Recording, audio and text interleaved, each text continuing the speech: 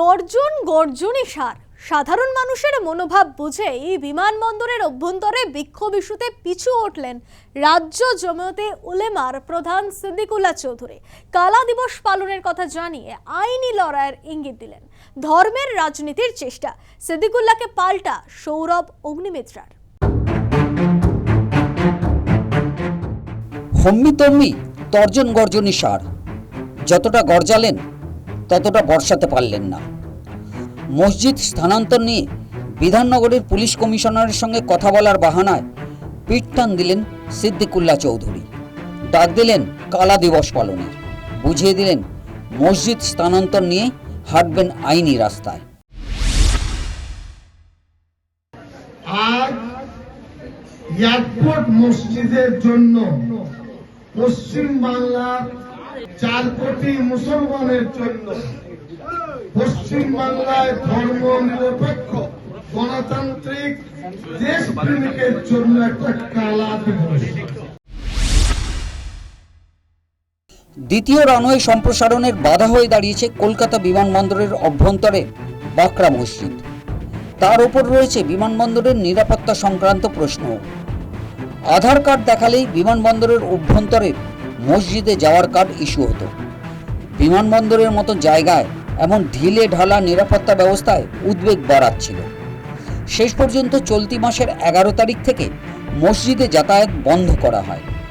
সরকার বিজ্ঞপ্তি জারির পরে শুক্রবারই ছিল প্রথম নামাজ, কিন্তু বিমানবন্দর কর্তৃপক্ষ কাউকে যেতে না দেওয়ার সিদ্ধান্তে অনড় ছিল। এই অবস্থায় দলবল নিয়ে বিমানবন্দরের অভ্যন্তরে মসজিদে যাওয়ার ডাক দিয়েছিলেন জমিয়তে উলেমায়ের প্রধান সিদ্দিকুল্লাহ চৌধুরী। বিক্ষোভ কর্মসূচির ঘোষণাও করেছিলেন। আমরা দাঁড়িয়ে রয়েছি ঠিক সেই জায়গাতে, অর্থাৎ আমার পিছনে যে জায়গা সেটা হচ্ছে নেতাজি সুভাষচন্দ্র আন্তর্জাতিক বিমানবন্দরের সেকেন্ড রানওয়ে।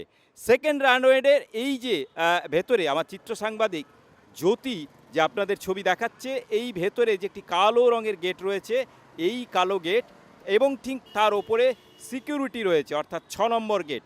অশান্তির আশঙ্কায় সকাল থেকেই ব্যাপক নিরাপত্তার ব্যবস্থা করা হয়। মোতায়েন ছিল পুলিশ, কেন্দ্রীয় বাহিনী, রাখা হয় জল কামানো। নির্দিষ্ট সময়ে পৌঁছানো রাজ্যের প্রাক্তন মন্ত্রী সিদ্দিকুল্লাহ চৌধুরী। এর মধ্যে মসজিদের ইমাম ও ধর্মপ্রাণ মানুষজনরা জানান সরকারি নির্দেশিকাই শিরোধার্য।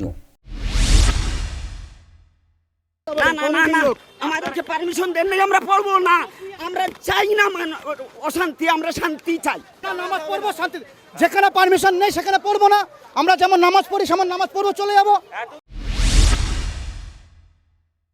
সাধারণ মানুষের মনোভাব বুঝে শেষ পর্যন্ত নিরস্ত হন সিদ্দিকুল্লাহ। এদিকে সিদ্দিকুল্লাহর তর্জন গর্জন নিয়ে সুর চড়িয়েছে বিজেপি। ধর্মের সস্তা রাজনীতি ও উস্কানি দেওয়ার চেষ্টা মনে করছে গেরুয়া শিবির। এই একই বিষয় তারা 15 বছর ধরে করে এসেছেন। সিদ্দিকুল্লাহ চৌধুরী, ফিরাদ হাকিম এবং টিএমসির বিভিন্ন নেতারা।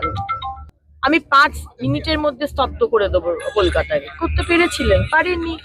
আপনার সেই সময়কার মুখ্যমন্ত্রী লাগু করেছেন। সুতরাং এখন ওই পলিটিক্যাল এজেন্ডার জন্য মানুষকে উস্কে 15 বছর, যেভাবে 15 বছর নয় 50 বছর পিছিয়ে দিয়েছেন, কেন করছেন এগুলো? আর মুসলমানরাও বুঝে গেছে যে মুসলমান কেন, সমস্ত ধর্মের মানুষ বাংলাতে বিজেপি এলে তবেই উন্নয়ন হবে। দেখতে পাচ্ছে 7 দিনের মধ্যে আমরা শুধু উন্নয়নের কথা বলছি। 99-এ এই বিষয়টা সংসদে তোলেন প্রয়াত তপন শিকদার মহাশয়। একটা হাই সিকিউরিটি জোনের মধ্যে একটা মসজিদ আছে, সেখানে লোকে খালি আধার কার্ড দেখিয়ে ঢুকে যাচ্ছে নামাজ পড়তে। সেখান থেকে কি এর পেছনে কোনো বিদেশি রাষ্ট্রের কোনো ইন্ধন আছে? লক্ষ লক্ষ মানুষ এই এয়ারপোর্ট দিয়ে পৃথিবীর বিভিন্ন প্রান্তে যাতায়াত করে।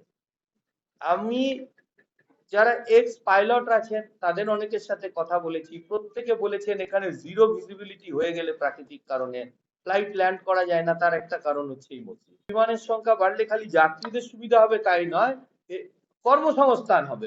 তো আজকে ওনার দোকান যাতে ঠিক করে চলে তার জন্য লক্ষ লক্ষ কোটি কোটি মুসলিম ভাইদের আইন ভাঙার জন্য উস্কানি দেওয়াটা কিন্তু আইনের চোখে অপরাধ।